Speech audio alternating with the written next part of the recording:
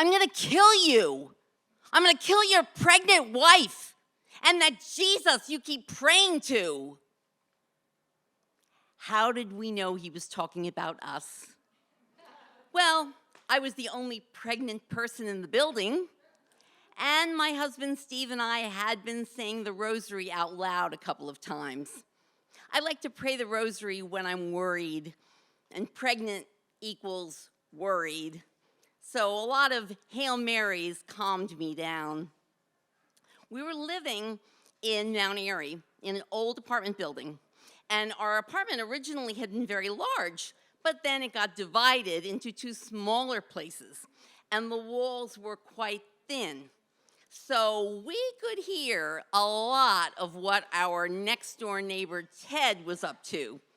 And Ted, of course, could hear what we were up to, including, apparently, the prayers. Ted was an odd one.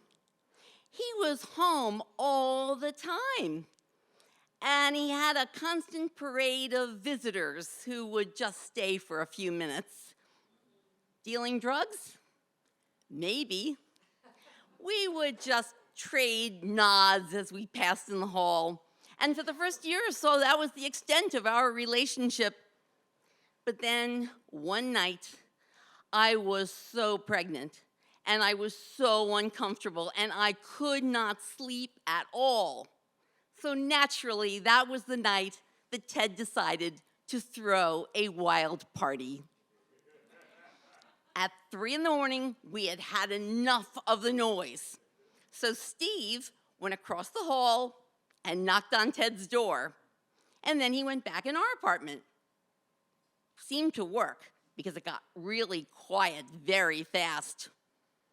Which brings us to the next night, where we're in our living room, hearing our lives be threatened. We were so terrified.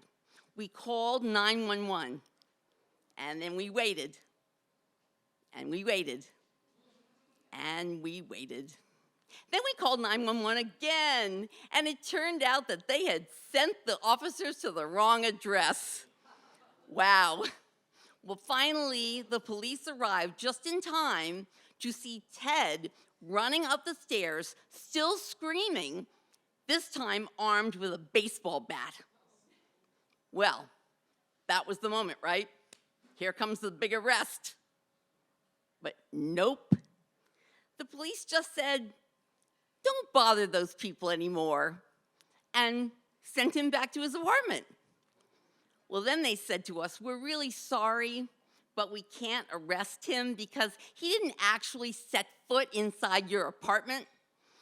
But he seemed really unstable, so you might want to move out before too long. And with that happy news, they left. The next day, I went into labor, and all we could think about was a newborn crying. Gee, if that doesn't set Ted off again, nothing will. So the whole time I was in the hospital, Steve was frantically apartment hunting. Our baby was born, and we moved immediately. We never saw Ted again. But over the years, I've thought about him a lot and wondered what became of him. Sometimes I'll open the Inquirer, expecting to read that he's committed a crime, maybe with a baseball bat. But I never see anything, not even when I Google him. I don't know, maybe Ted's not his real name. Maybe he was just blowing up at us and it was a once-and-done event. We'll probably never know.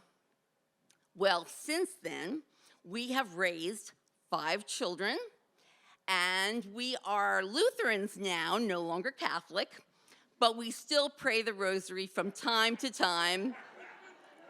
But now, we whisper our Hail Marys, because you never know. Somewhere, some way, somehow, Ted might be listening. Ted, who proved beyond a shadow of a doubt the power of prayer. Thank you.